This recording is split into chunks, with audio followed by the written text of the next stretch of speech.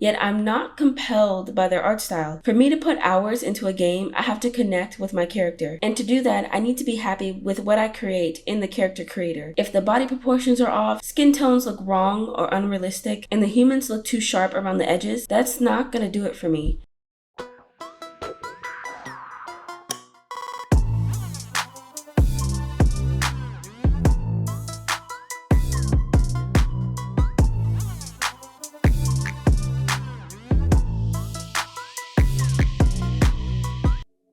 Life by You is a topic I refrained from discussing for multiple reasons. In all honesty, it's really an anomaly for me. You're telling me there's a game that is like The Sims, but they're promising bigger and better things, and we'll have an early access version in a month? If you would have told me on March 6th that we would be playing this game the same year, I would have no shame in calling you a liar. Because at this point, it feels like a fever dream that we will ever have another option for a people life simulator. It's always either too far in the future to tell, or just a blatant scam. But thanks to Rod Humble and the amazing team behind Life by You, they've had something in the works since 2019. We have confirmation on an open world, drivable cars, world customization, mod compatibility, detailed create a character mode, and that's all the buzzwords to hype up the simming community. They're even bringing new features to the table like a conversation creator. Think back to The Sims 2 on PlayStation 2 where you can take direct control of your character. I live for that. And it sounds like the developer tools will be built into the game with ease of use for the everyday player. The ability to change anything and everything to anything and everything. You can change the function of a bush into a bathroom. We've seen that before, but that's just the smallest of examples. On paper, this is the perfect life simulation. I was just as hyped as everyone else. I don't think y'all understand how ready I am to abuse this company with my wallet. This should have been released yesterday, but then I start to see stuff like this. I am here with Richard, and Richard, I'm going to have you introduce yourself.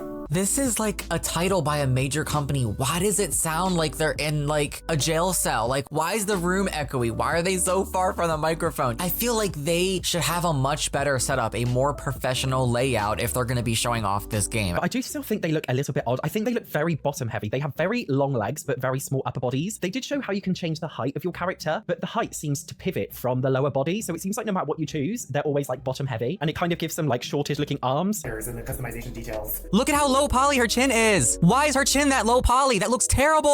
Oh my God. That unfortunate deaths may not make the game. There's one thing that doesn't feature: death by sickness or unfortunate means. We actually removed all that due to the event in 2020, Paradox Tectonic boss Rod Humble explains.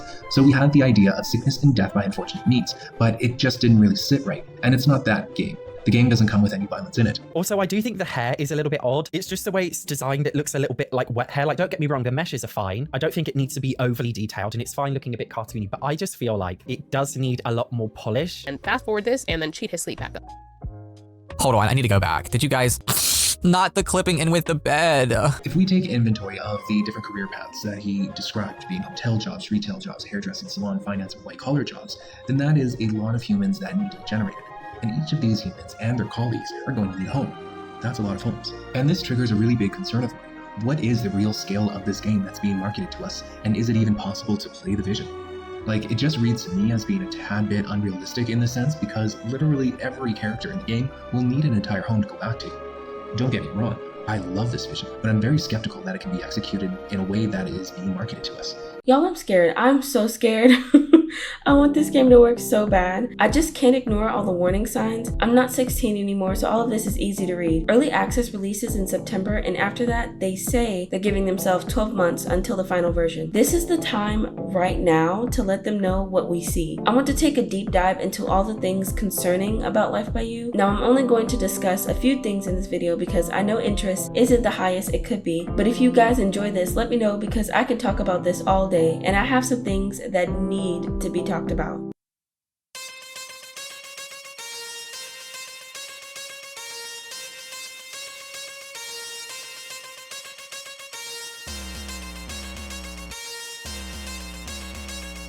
Oh my gosh! Stop! Oh my gosh! Of course, we're going to start off with the heavy hitter. I can see this is on the top of a lot of people's lists, and it's pretty high up there on mine. Before I even start, aesthetics are not everything. I will be the first to scream to the highest heavens that gameplay is above all else. A style choice does not make a game, but if it's poor where there can be improvement, it can and will break a game. As humans, we are visual. When you enjoy looking at something, it makes it a lot easier to explore more. A well-established art style is good enough to get you halfway. On its own, it means nothing, but it's a start. Yet I'm not compelled by their art style. For me to put hours into a game, I have to connect with my character. And to do that, I need to be happy with what I create in the character creator. If the body proportions are off, skin tones look wrong or unrealistic, and the humans look too sharp around the edges, that's not gonna do it for me. I have noticed, however, the graphics they show are extremely inconsistent. I will see sometimes in the exact same video where we get a shot of an off-putting human, and a couple of clips later, we see a more polished look. It's not the finished product, so this is easily explainable. It's not hard to believe they used clips from earlier in development alongside examples from later down the line. If you go back about a month on their official YouTube channel, they have a video where the art team goes into detail behind the reasoning for their art style of Life by You. The art style, we wanted to make sure that it is in service of the player, that this is a user-centric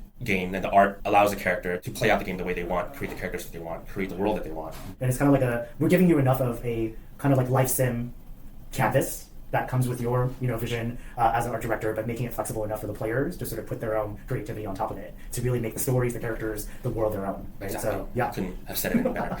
I mean, that's why I'm in marketing, I guess. So it seems the goal is to give the players a sort of blank canvas to allow them to make it their own. Now this is an explanation I can get behind. The idea of a malleable look easily molded into something new. The Sims 4, for example, has a very intentional art style. Yet I've seen it remixed to the point it takes time to register it's the same game. But what about the players that don't want to use mods or additives to tweak the in-game visuals? This question reveals the point that a game should have an at least polished, cohesive look without relying on the community's creativity. And based on the information from the Life by You team, this is exactly what we're going to get. The first important point that I wanted to highlight is that Eric mentioned that these base game hairs are ready for another polish. And that's the feeling that I get with Life by You, and it's something that they have confirmed on social media very explicitly and publicly. And that is that everything is ready to be polished, and that the work we are being shown right now is indeed a work in progress that will get updated and worked on and developed. And for me, that is reassuring. Well, if the game is polished and graphics are updated with consistent high quality, I'll be content with the art style. I feel any real critique after this has been clarified will have to wait until the final product. Side note, I have the wildest theory. What if all the assets we have seen are actually from previous years of development? It would be a bold marketing move. A week before early access, they revealed this fact and showed off a sneak peek of an updated version. I would lose my mind if that ever happened. Although there's probably information already out there to debunk this, it would literally be so iconic, but don't mind me, I just like to dream.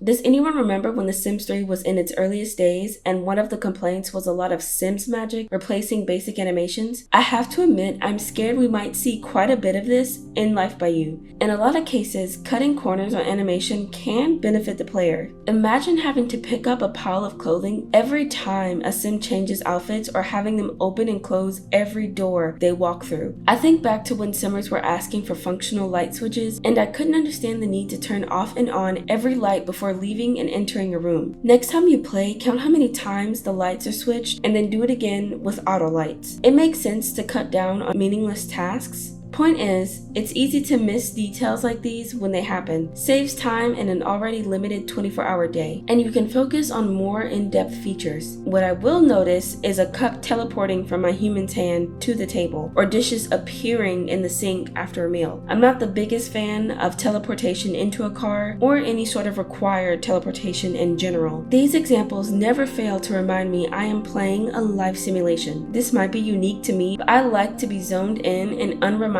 of reality until I'm ready to come back on my terms. Really complicated way to say I enjoy the seamless animations of everyday life. Obviously, this can get quite subjective when deciding which mundane tasks should be animated, but I trust the developers to find a satisfying balance between efficiency and immersion. I also want to couple this topic with enhancing a few things that stick out as odd.